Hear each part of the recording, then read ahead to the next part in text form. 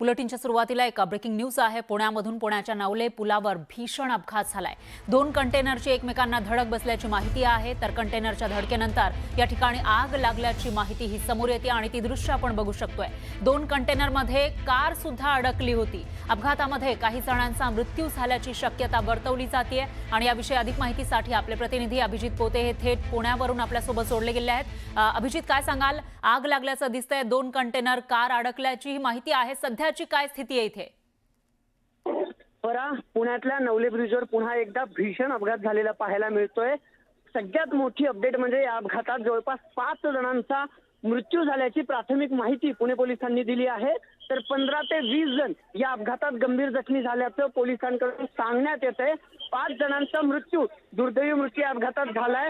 या सगळ्यामध्ये आपल्याला माहिती आहे की हा जो नवले ब्रिज आहे, हा नवले ब्रिज अपघातग्रस्त ब्रिज आहे। अनेकदा या नवले पुलावर अपघात होतात आणि आज जो अपघात झालाय, 2 कंटेनर एकमेकांना धडकले, त्या कंटेनरनं पेट घेतला आणि या कंटेनरच्या मध्ये एक 4 चाकी होती आणि या 4 चाकीमध्ये एक कुटुंब असल्याचं बोललं जातंय आणि याच कुटुंबातल्या 5 जणांचा दुर्दैवी मृत्यू जो आहे तो झाला असल्याचं सांगितलं जातंय।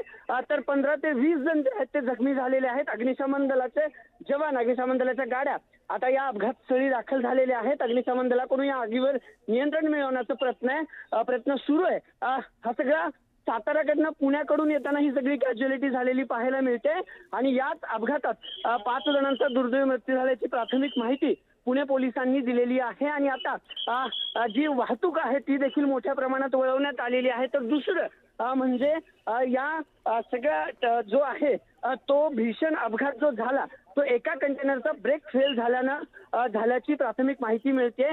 2 कंटेनर होते, त्या 2 कंटेनरचा अपघात झाला म्हणजे एका कंटेनरला दुसरा कंटेनर पाठीमागून येऊन धडकला आणि हा कंटेनर धडकत असताना मात्र 4 चाकी कार या 2 कंटेनरच्या मध्ये अडकली आणि 5 जणांचा दुर्दैवी मृत्यू झाल्याची माहिती आता प्रशासनाकडून मिळते। मोठ्या युद्ध पातळीवर या सगळ्या ठिकाणी जे आहे ते काम सुरू आहे।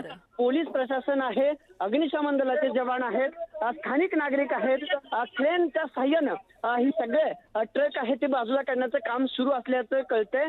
अग्निशमन दलाच्या जवानांकडून या सगळ्या जे मृत्यू झालेले आहेत त्यांना बाहेर काढण्यात आले। पण जे जखमी आहेत त्यांना जवळच्या रुग्णालयात दाखल केले आणि अनेक जणांची परिस्थिती आता नाजूक असल्याचं देखील बोललं जातंय। आता पुणे पोलिसांकडून ऑफिशियली काय सांगण्यात येतं? बरोबर आहे अभिजित, काय नेमकं पोलीस सांगतात ते बघावं लागेल आणि याची अपडेट आपण तुमच्याकडून घेत राहूया। धन्यवाद तुम्ही दिलेल्या या सविस्तर माहितीसाठी।